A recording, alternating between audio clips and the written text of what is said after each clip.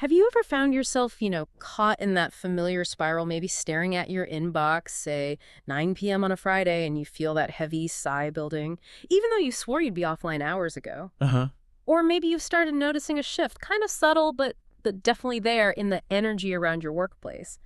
That colleague who was always buzzing now seems to be just, well, going through the motions. Yeah, that quiet apathy you mentioned, it's a really distinct feeling when you see it. Exactly. And it's a feeling so many of us can relate to, right?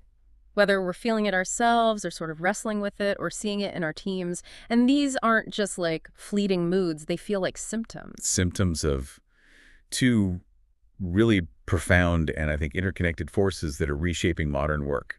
Uh-huh. We're talking employee burnout and this much discussed phenomenon, quiet quitting. Yeah, quiet quitting. And you're right, these aren't just buzzwords flying around on, LinkedIn or whatever. No, not at all. They are tangible, pervasive challenges. And they have very real, very significant consequences, impacting not just individual well-being for millions, but also, frankly, hitting the bottom line for organizations everywhere. Right. So understanding them isn't really optional anymore, is it? No, I'd say it's pretty essential for anyone trying to navigate the professional world today. Absolutely. So, okay, our mission today on the deep dive is to really pull back the curtain on both employee burnout and this whole concept of quiet quitting. Mm-hmm. We've gathered a whole stack of insightful sources, research papers, expert analyses, all, distilled just for you, our listener. Think of it as your strategic shortcut. Exactly. A shortcut to being incredibly well-informed on these really critical workplace dynamics, whether you're, personally navigating that exhaustion, or maybe you're managing these issues within your team, or maybe you're just really curious about how the whole fabric of work is shifting. Which it definitely is. Yeah, we're here to pull out the key insights, unearth some maybe surprising facts, and offer practical takeaways, all without, hopefully, that feeling of information overload. Yeah, our goal is really to connect the dots for you, to offer a crystal clear picture of what's happening beneath the surface, why it matters so much, and crucially, what can actually be done about it, both, individually and at an organizational level. Okay, so let's start by diving deep into burnout itself. You might actually be surprised by just how prevalent it is, how deeply it can infiltrate our professional lives, and frankly, how much it costs everyone involved. It's a heavy hitter. It really is. So, to start us off, how would you define employee burnout? Like, what exactly are we talking about when we use that term? That's a really crucial starting point because, lots of people use the term casually, but the World Health Organization, the WHO, they have a very precise, almost clinical definition. Oh. They describe burnout as a syndrome, specifically resulting from chronic workplace stress that hasn't been successfully managed. It's not just stress, it's chronic unmanaged stress. Chronic. Got it. Right. It's this state of prolonged physical, emotional, and mental exhaustion, all caused by excessive and prolonged stress. And it involved three key sort of interconnected dimensions. Okay, what are they? First, there are feelings of energy depletion or exhaustion. And this isn't just like feeling tired after a long week. It's profound. It's unyielding fatigue that doesn't really go away, even with rest. That sounds draining. It is. Second, there's increased mental distance from one's job or, feelings of cynicism and negativity related to the job. This is that detached, often apathetic feeling where you start to view your work, maybe even your colleagues, with indifference or even bitterness. Oof, yeah. And third, there's reduced professional efficacy, basically a decline in your perceived ability to do your job successfully. So you feel ineffective, like you're not accomplishing anything. Wow. Okay, so it's clearly much, much more than just having a bad day at the office or even just being really stressed out before a big deadline. Precisely. It's absolutely vital to distinguish burnout from just general work-related stress. Stress, in manageable doses can actually be a motivator. Right, like pushing you to meet a challenge. Exactly. A healthy amount of stress can push you to rise to a challenge, meet that tight deadline, learn a new skill. It can even feel exhilarating sometimes. But burnout is fundamentally different. How so? It's what happens when that stress becomes chronic, relentless, all-encompassing, without any adequate recovery periods. It's like trying to run a marathon without ever stopping for water or rest. That's a powerful analogy. Yeah, it leads to this sustained, pervasive decline in an employee's overall health and their work performance. Think about maybe a previously stellar employee who now consistently misses deadlines, or someone who used to volunteer for projects but now just avoids any extra work. Or that colleague who was once really passionate, really enthusiastic, and now seems completely apathetic, disengaged. Exactly. That's the heartbreaking real-world manifestation of burnout taking hold. It really corrodes a person from the inside out. That paints a vivid and frankly quite concerning picture. Yeah. And when you look at the sheer numbers, the scale of this problem is just startling, almost unbelievable. Our sources point to this comprehensive 2022 survey by Aspect 43, which found that a staggering 51% of employees were in active burnout at work. 51%. Yeah, you heard that right. More than half the surveyed workforce. This is a huge number. And what's particularly alarming about that statistic is just how broad it is.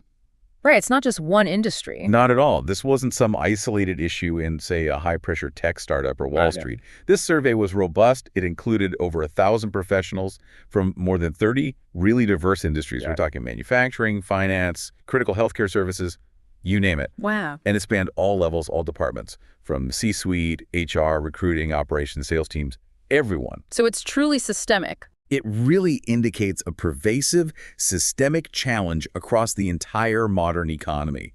Not just some isolated departmental issue or an industry quirk. It really underscores that this is a widespread societal and organizational problem, not just, an individual failing.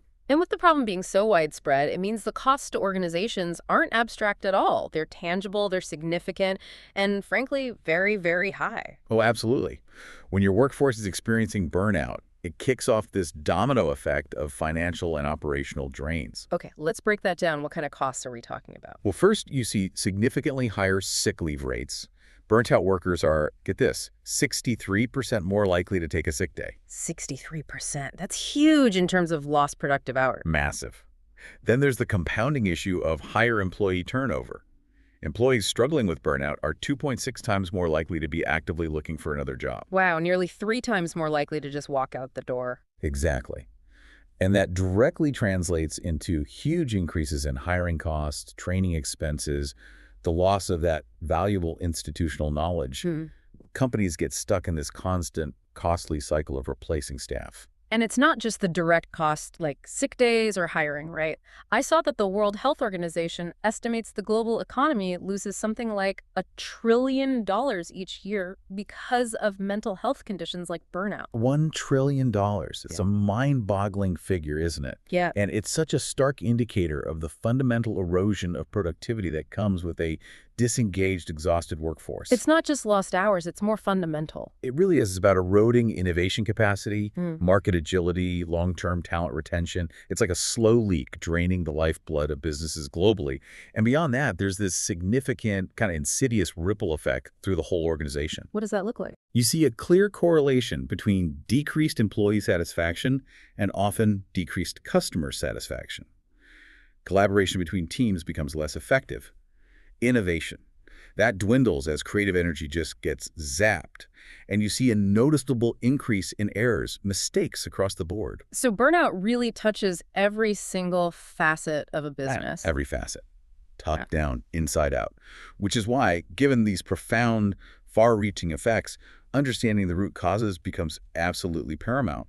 Right. As one of our sources put it, burnout causes and cures are 2 sides of the same coin. Exactly. If we can pinpoint what's fueling this crisis, we can start to address it effectively, not just with temporary fixes, but with hopefully sustainable solutions. So what are the main drivers? One of the primary drivers, maybe unsurprisingly, is just an excessive workload.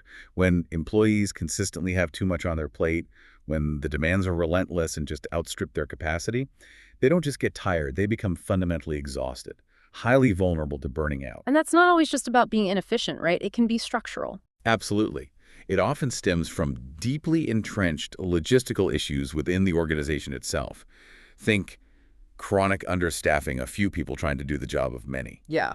Or job duties that are fundamentally misaligned with someone's actual role or skills, leading to this constant uphill battle. Or the pressure of non-stop, unrealistic deadline crunches that leave absolutely no room for recovery or, deep work. So it's not just the sheer amount of work, but sometimes the very setup, the way work is organized and expected, that's the real culprit. Exactly.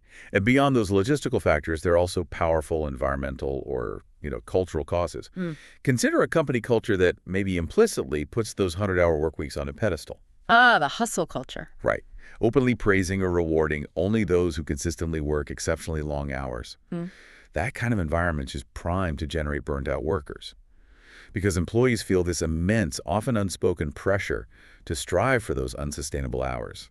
They think they have to push themselves to the brink just to be valued or get ahead. That makes sense. What else? Another extremely significant cause is a profound lack of control. When employees feel micromanaged, or they're subject to overly rigid structures dictating exactly how and when their work gets done, it creates an enormous amount of stress. Because it strips away their autonomy. Exactly. Their sense of agency.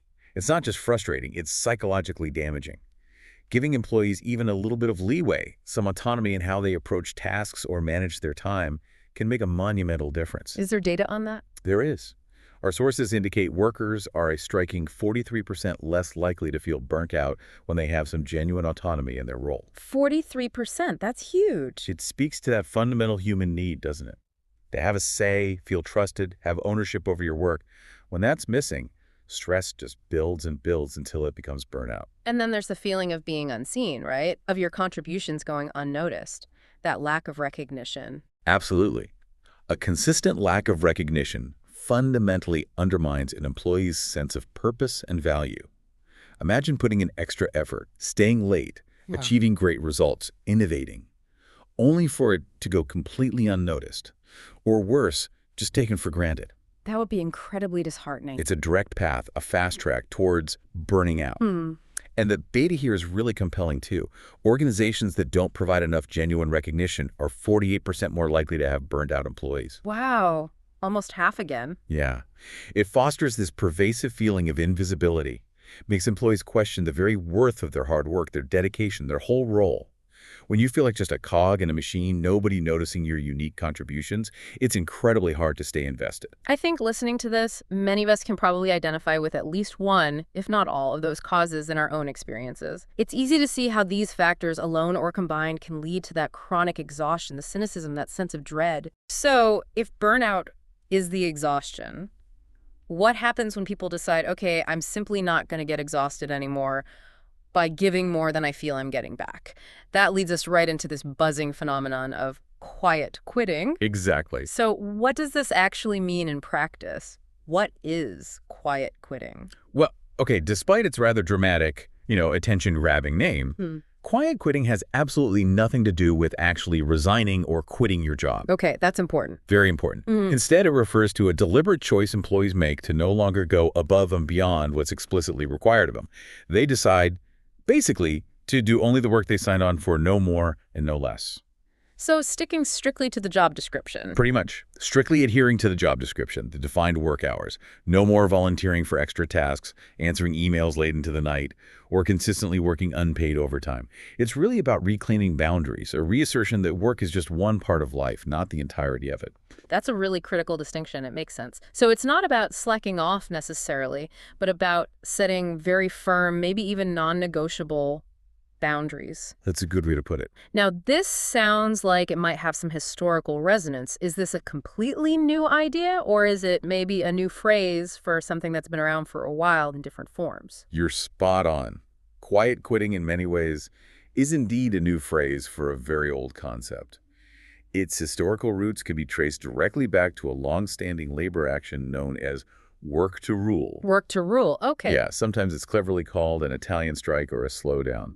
In a work-to-rule action, employees do precisely no more than the minimum required by the rules of their contract or job. And sometimes they might even strictly follow really time-consuming, obscure rules that are normally bypassed or not rigorously enforced day to day. Ah, so by following the rules too perfectly, they slow things down. Exactly. The irony is that by following the rules meticulously, they can bring things to a grinding halt, or at least significantly disrupt operations. Can you give us some examples? It sounds like it could be quite effective by being, well, overly compliant. Oh, it absolutely can be, and that's the strategic point. Yeah. The purpose of work to rule is usually to protest low pay, poor conditions, unfair practices. but it's seen as less disruptive than a full strike. And crucially, it's typically not susceptible to disciplinary action or loss of pay because technically, employees are just following the written rules. Clever. Very. For a classic example, think about British postal workers during a dispute. They stopped arriving early, stopped doing unpaid overtime.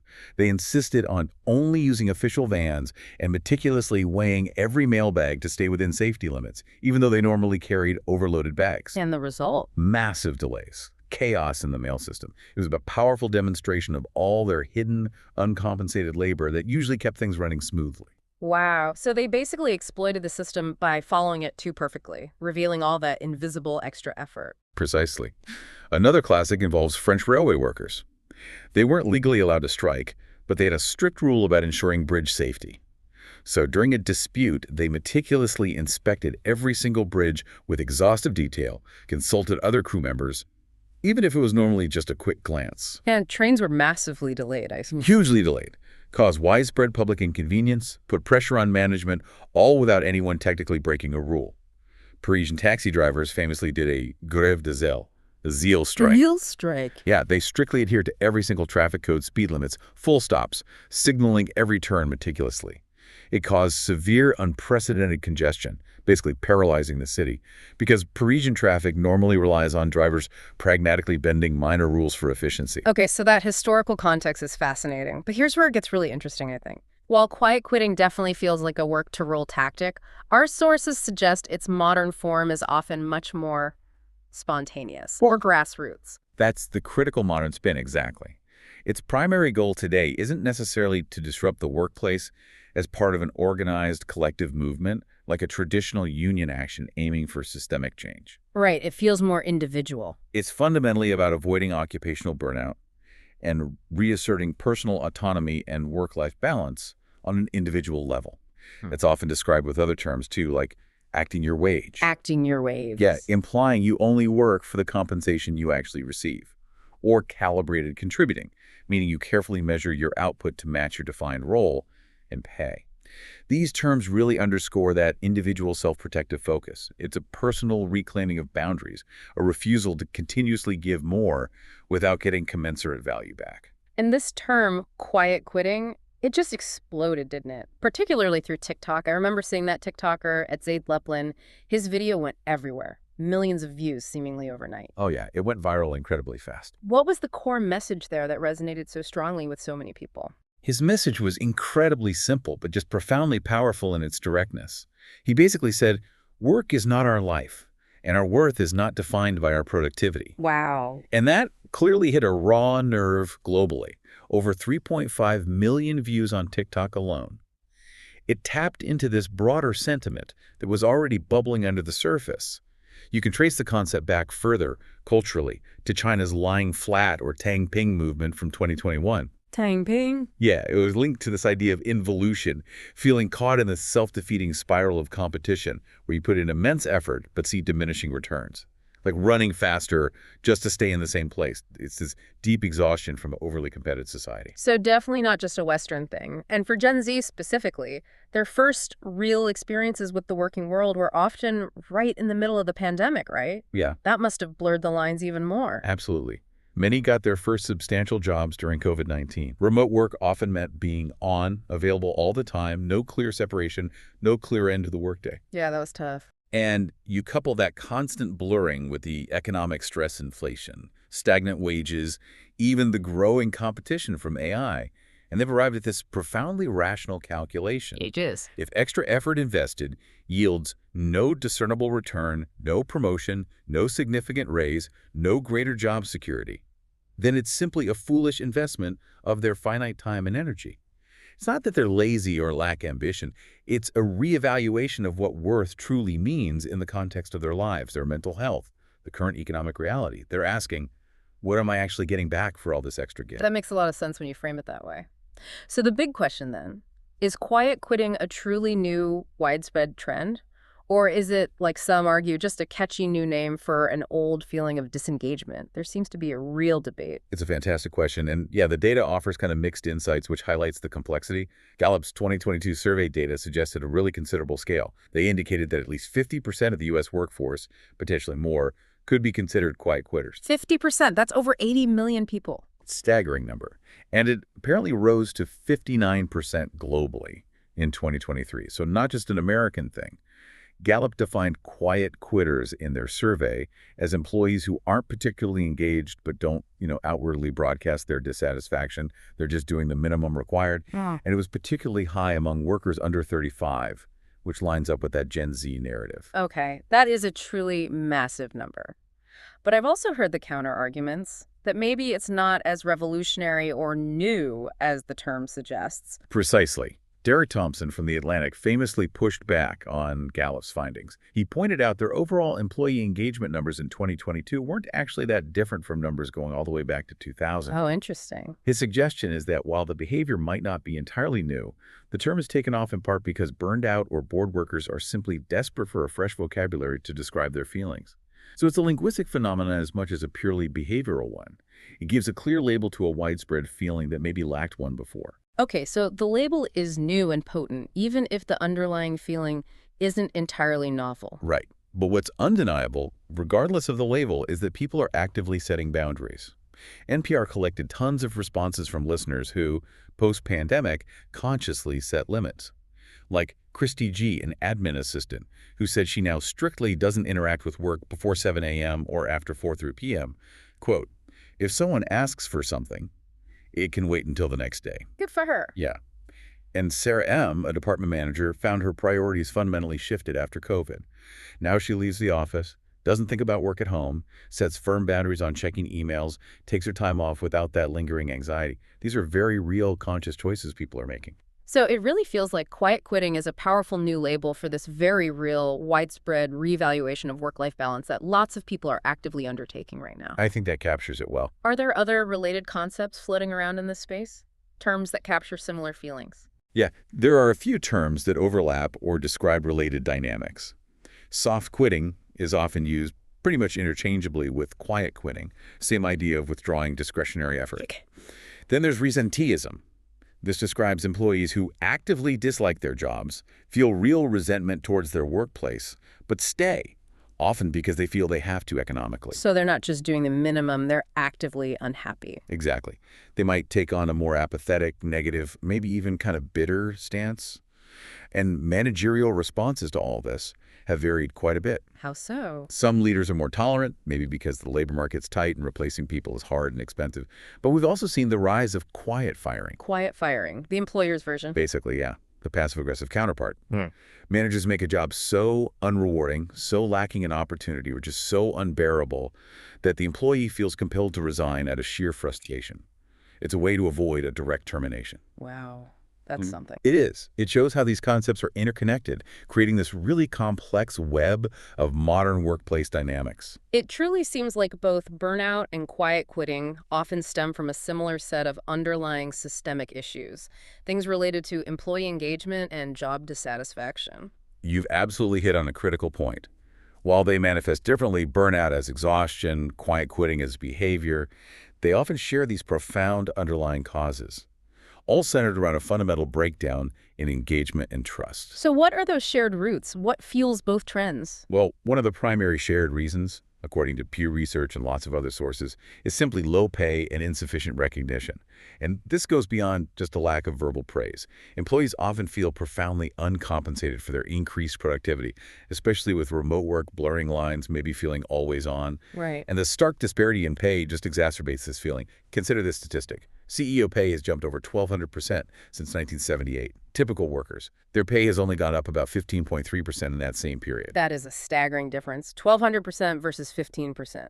It makes it incredibly difficult for employees to feel justified in consistently going above and beyond, doesn't it? Why invest extra effort, extra time, extra emotional energy if the financial return just isn't there? Or if you see this vast gulf between your pay and the top, it corrodes that feeling of a fair exchange. Yeah, that's a powerful and deeply unsettling statistic. It really underscores that feeling of a broken social contract for a lot of workers. Their loyalty and extra effort aren't being reciprocated. Absolutely. Another significant shared cause is a pervasive lack of opportunity for advancement. When employees feel stuck, like no matter how hard they work or what new skills they learn, they'll never get that raise or promotion they feel they've earned. Well, disengagement naturally follows. Why strive for more if there's no clear path forward? Exactly. That stagnation kills motivation, fosters hopelessness about your career within that company. And it's not just about the tangible stuff like pay or promotions, is it? It's also deeply about how you're treated day to day. Basic respect. Precisely. Feeling disrespected is a huge, often underestimated contributor to both burnout and quiet quitting. It can show up in so many ways. Relentless micromanaging where you feel constantly second-guessed, your autonomy stripped, maybe your work unnecessarily redone by a boss, or leadership or colleagues just consistently not listening to your input, dismissing your ideas, not valuing your expertise. If team members don't feel genuinely respected, if their voices aren't heard, engagement levels just plummet. That erosion of psychological safety makes contributing extra effort feel, frankly, foolish. That makes total sense. What else ties these two together? Then there's the critical and increasingly common issue of a lack of flexibility or choice in how and when work gets done. The big push to return to the office, for example, after many experience the benefits of remote work, that's led to a perceived and often very real decline in work-life balance for many. So people might quiet quit and protest. Yeah, employees who enjoyed working from home or having schedule control might quiet quit when that flexibility is taken away. It directly impacts their ability to integrate work with personal life, especially if there are issues at home demanding attention. Think about childcare challenges, which became more complex post-pandemic. Rigid schedules often prevent employees from handling urgent family matters without huge stress or penalty. Right, if you can't pick up your kid or go to an appointment without drama. Exactly. It builds immense frustration and a feeling that the employer just doesn't care about your life outside of those work hours. And finally, the big one that can just poison everything. A toxic workplace culture. Yes. An unpleasant, unhealthy company culture can absolutely contribute to this profound, pervasive, disgruntled mentality.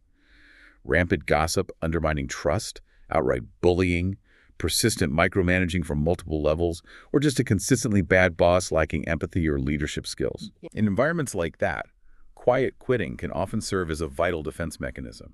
It's a way to protect your mental health, your emotional energy, your overall well-being from a draining, unsupportive, or even actively hostile place, even if it doesn't totally alleviate the stress you still face during work hours. It's like a survival strategy. These shared causes really highlight the systemic, deep-seated nature of these challenges, don't they? Revealing they're often not just individual failings, but organizational ones. Absolutely. So, okay, if these issues are brewing in a workplace, what are the signals? What should we be looking for? How do we spot the symptoms of burnout and the signs of quiet quitting, both in ourselves and maybe in our colleagues or teams? It's crucial for everyone, organizations, individuals to be acutely aware of these signals. Early detection can make a huge difference. For burnout, there's some pretty clear, often quite debilitating symptoms to watch for. Our sources outline 9 key signs, and it's important, as you said, to look for a cluster, not just one in isolation. Okay, what are the 9? 1. Difficulty concentrating. Focus slips, hard to complete tasks, follow discussions, like a mental fog. 2. Increased irritability and impatience, quick temper, snapping at people, low tolerance for minor things. 3. Cynicism or excessive criticism, growing negativity about the job, colleagues, company, constant complaining. 4. Potential substance use disorders, in severe cases turning to alcohol or drugs to cope. Right. 5. Persistent exhaustion, that bone-deep fatigue sleep doesn't fix, waking up tired. 6. Low productivity. Despite long hours, output drops, tasks take longer, quality might decline, feeling constantly behind. Yeah. 7. Pervasive lack of job satisfaction. The joy is gone, replaced with dread or apathy, detachment from purpose. 8. Poor sleep quality. Trouble falling asleep, staying asleep, restless sleep. Creates a vicious cycle. And 9. Physical problems. Unexplained headaches, stomach issues, muscle aches, weakened immune system, getting sick more often. Burnout really manifests physically. That's a really comprehensive and honestly quite sobering list. And as you mentioned, it's so important to look at it holistically. One symptom alone might mean something else, but a cluster or a noticeable shift across a whole team, that's a big red flag. Absolutely. A single symptom could be temporary or personal. But if you see a persistent pattern, or if a previously high-performing team suddenly seems consistently impatient, withdrawn, fatigued, that should definitely raise suspicion and prompt a closer look. Okay, so that's burnout. What about the signs of quiet quitting? Those seem like they might be more subtle. They often are, but still discernible behavioral changes. You might observe things like general cynicism or negativity creeping into daily interactions. Employees who used to participate eagerly in meetings now barely speak up. Hmm. A sudden increase in cameras staying off during video calls, wanting less visibility, less engagement. A consistent refusal of overtime or extra projects, even when others are pitching in. An increase in missed deadlines, or maybe a noticeable uptick in absenteeism, PTO usage, perhaps for vague reasons. A withdrawal from social activities, team-building stuff, showing less desire for connection at work. And finally, noticeably slower response times to emails or messages, signaling less urgency or commitment beyond those core hours.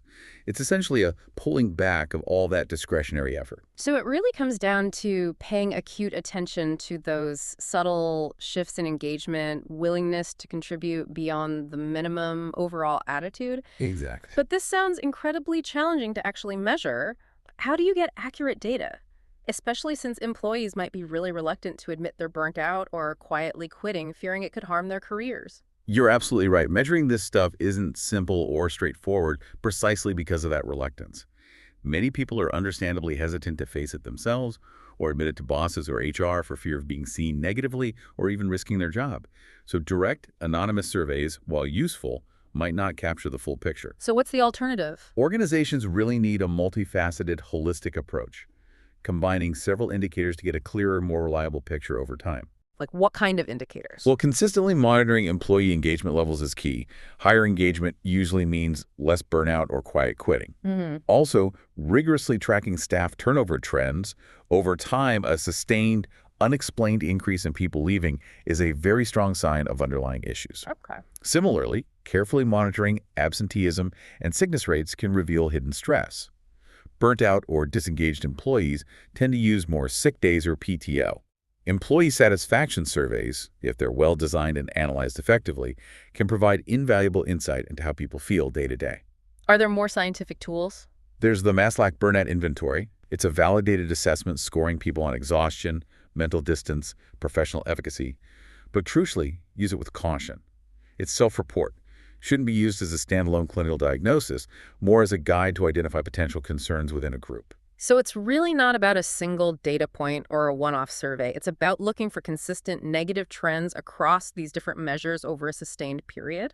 That makes a lot of sense, building that comprehensive picture. Exactly. A single snapshot can be misleading. Temporary fluctuations, external factors. But if all the metrics you're monitoring are consistently heading in the wrong direction, engagement down, turnover up, absenteeism up, then you have undeniable evidence of systemic issues demanding immediate, serious attention. It's about moving from reaction to prevention, using data proactively. Okay, so now that we have a clear understanding of what burnout and quiet quitting are, their deep causes, how to spot the signs, let's pivot to the crucial question. What can organizations actually do? Because preventing burnout and addressing quiet quitting isn't just essential for the individuals. It's vital for the collective health, productivity, and long-term sustainability of the whole business. It truly is. And it absolutely has to start with leadership taking unequivocal responsibility. There was a powerful Deloitte report where 95% of C-suite execs agreed they should be responsible for employee well-being. 95%. That's high. It is. And 83% said they are actively making changes to address it. So there's growing recognition at the top. And as Jack Zenger and Joseph Folkman wrote in HBR, if a manager sees multiple employees quietly quitting, they need to ask not just, is this a problem with my reports, but crucially, is this a problem with me and my leadership? Turning the mirror inward. Exactly. It highlights the absolutely crucial frontline role leaders play.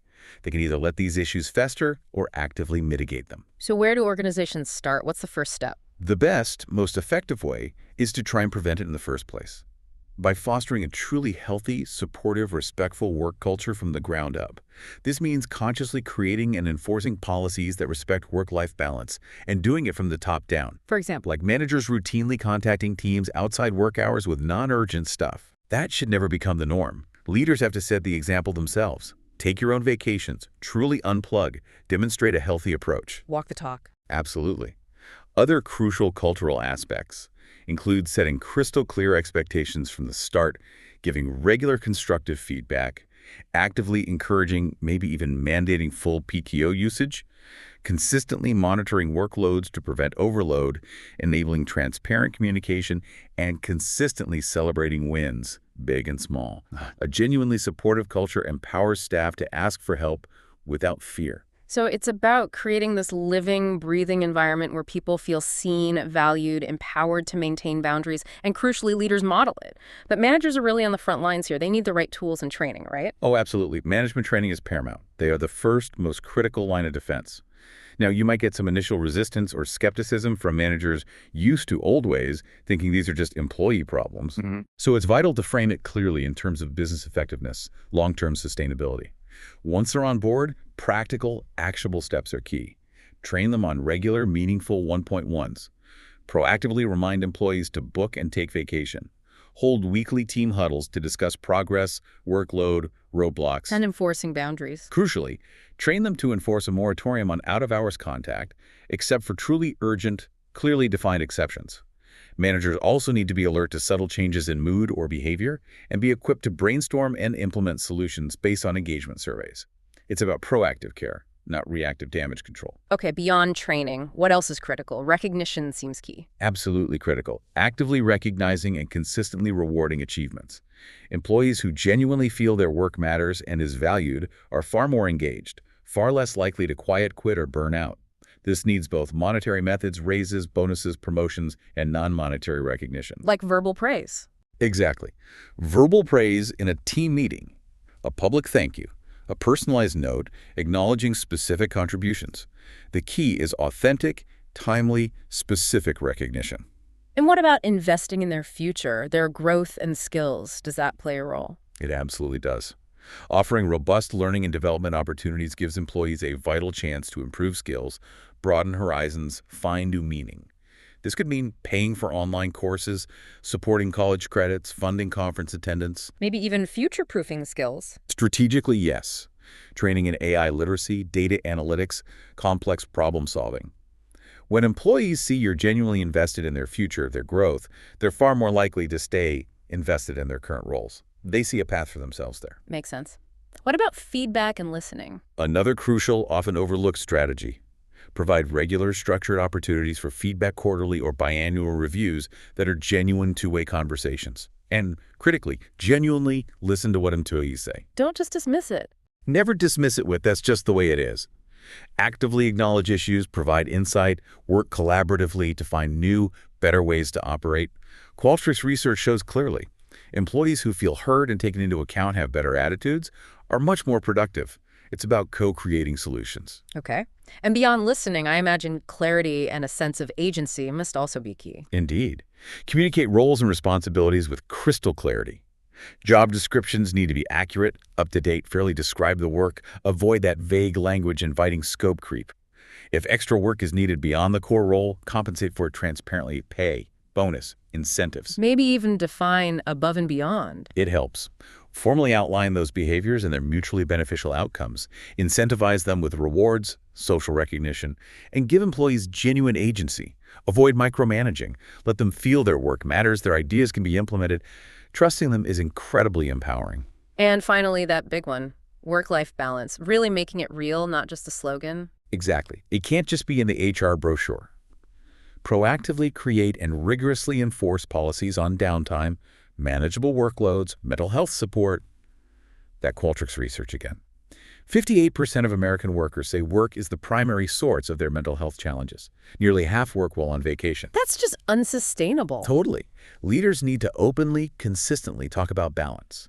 Encourage boundaries, promote mental health days without stigma, ensure autoresponders are used, and crucially, make sure people are not disturbed on vacation.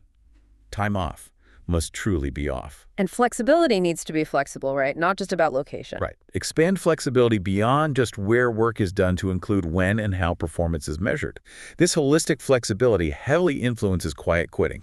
And to move beyond just preventing quiet quitting, organizations should promote quiet thriving. Quiet thriving. Yeah, giving employees genuine freedom to shape roles in ways that energize them. Taking projects aligned with passions, having a say in how they work best. Yes. Small shifts allowing self-direction can lead to monumental gains in engagement. And it sounds like technology can be a massive help in implementing all these strategies effectively. Absolutely. No silver bullet, but the right HR tech can help implement these strategies efficiently. Platforms like Velocity, for instance, have integrated tools. Community for social collaboration. recognition rewards for motivation, employee voice for pulse surveys to get real-time insights. So tech helps spot issues early. Exactly. Tools like ActiveTrack can help spot disengagement early using work activity data, enabling managers to optimize work habits collaboratively, balance workloads equitably. These tools provide objective insights for proactive intervention, moving away from reactive firefighting towards proactive well-being. Okay, so we've covered the big organizational strategies. Let's shift back to the individual perspective for a moment. For someone listening, maybe struggling with these exact issues in their own life, how does quiet quitting fit into their personal journey? What are its powers and maybe its pitfalls from their viewpoint? For an individual, quiet quitting is fundamentally about setting those crucial boundaries between work and personal life.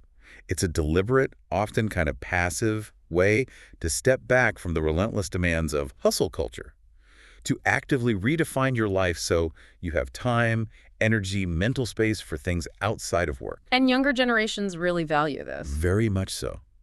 Right. That Randstad Hong Kong SAR Work Monitor survey really highlights it.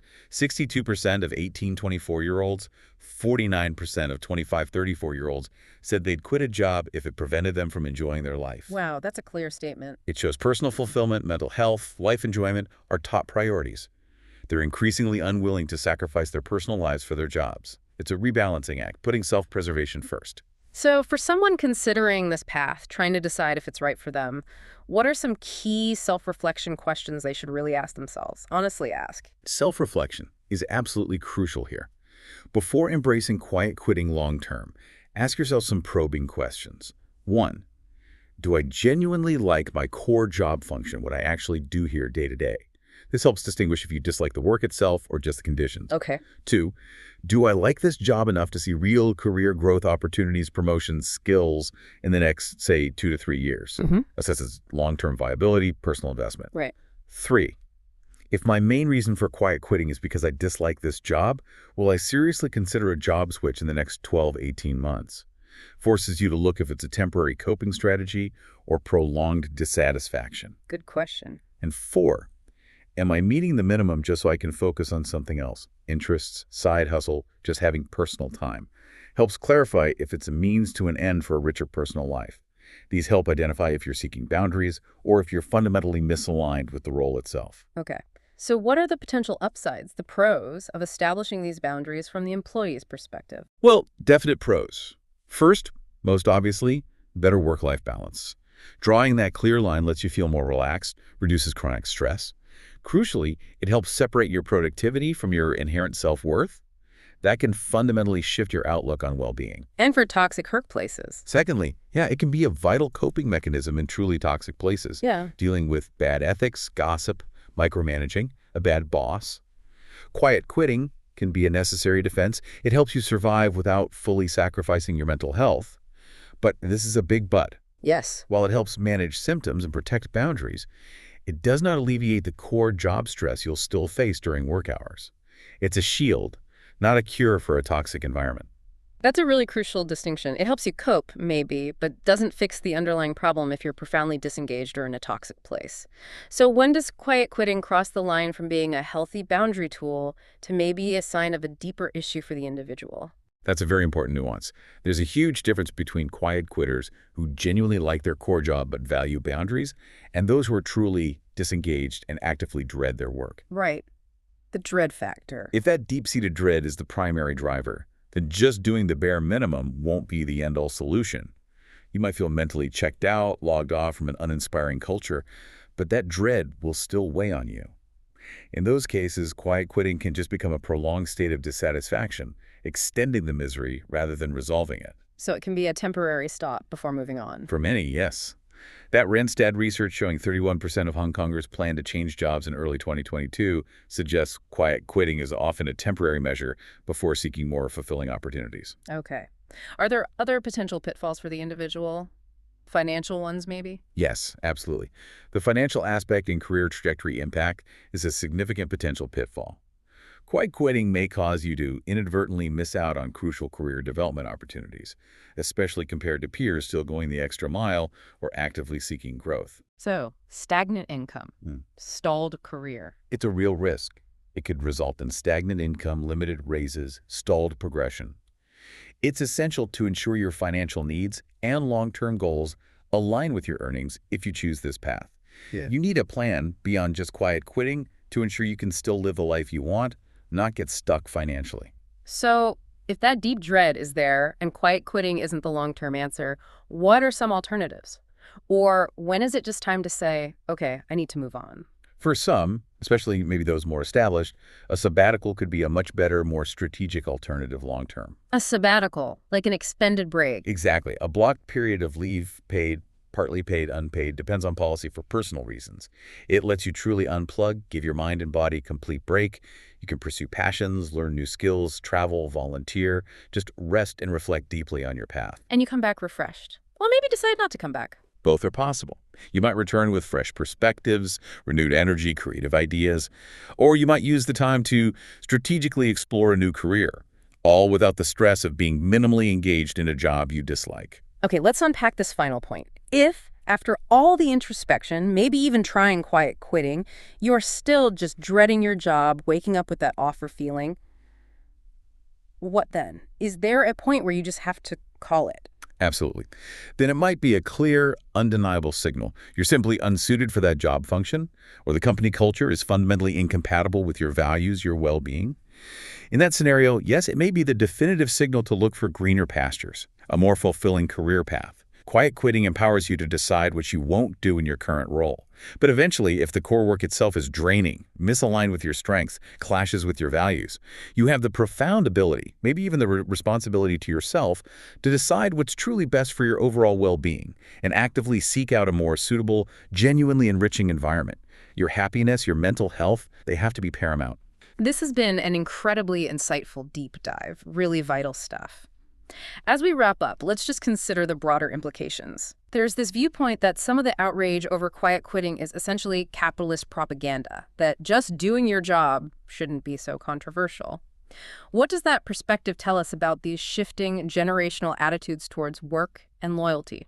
It speaks volumes, doesn't it? About the profound generational divide in work philosophy and expectations. For previous generations, like Arianna Huffington's, the boomers, there was often this prevailing economic optimism.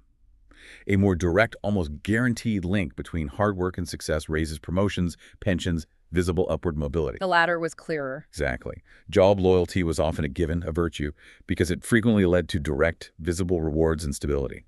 The unspoken contract was, work hard, you'll be rewarded. But for millennials and Gen Z, It's a very different, much more precarious story.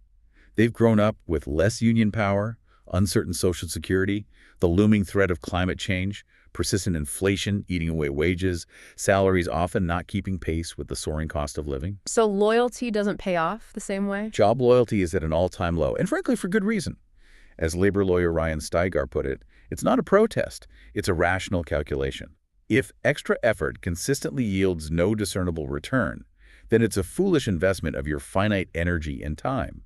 They're simply deciding to allocate their limited energy where it yields genuine personal returns, mental well-being, passions, other fulfillment. It's a pragmatic reprioritization. And are there specific legal implications for employers dealing with work-to-rule tactics, especially if quiet quitting becomes more coordinated? Yes, there certainly can be legal complexities. Employers might view coordinated work to roll multiple employees acting together as malicious compliance, or even an undeclared strike. They might try disciplinary action based on that. So individual quiet quitting is safer legally than organized action. Generally, yes. Individual boundary setting in at-will states isn't typically grounds for retaliation. But if it becomes organized by a labor group, it might be seen as a strike action under the NLRA, potentially violating labor agreements. But remember, employers have their passive tactics too. Right. We mentioned quiet firing. Right, making the job unbearable. And there's also quiet hiring, where employers implicitly give additional unpaid responsibilities to high performers, just expecting them to go above and beyond without extra pay or recognition. It's this two-way street of unspoken expectations, often resulting in uncompensated labor. A two-way street of unspoken expectations and unacknowledged burdens. Wow. Is there a viable way to bridge this gap?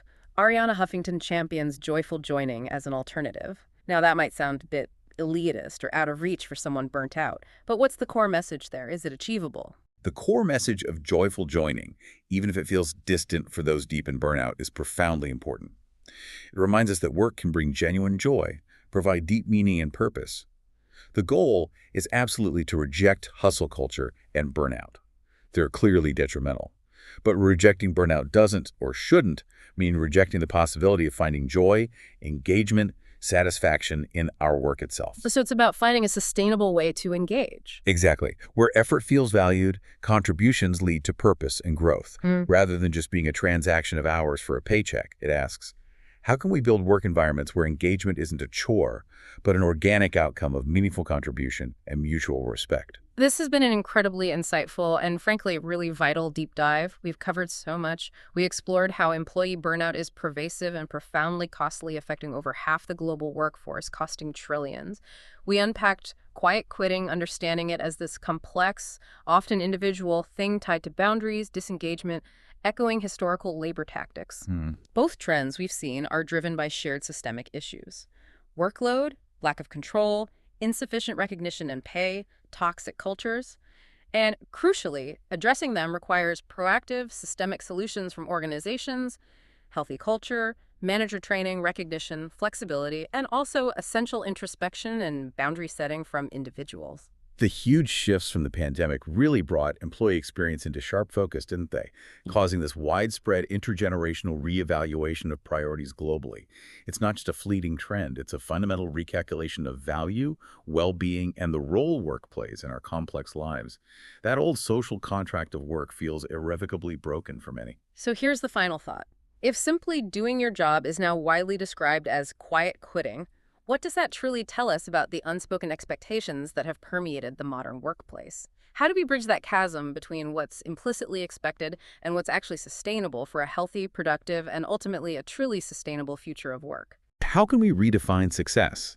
Not just by how much we give to our jobs, but by how much our jobs allow us to truly live and thrive. That's definitely something worth pondering deeply, whether it's in your own professional journey or as you lead within your organization. We really encourage you to reflect on these insights.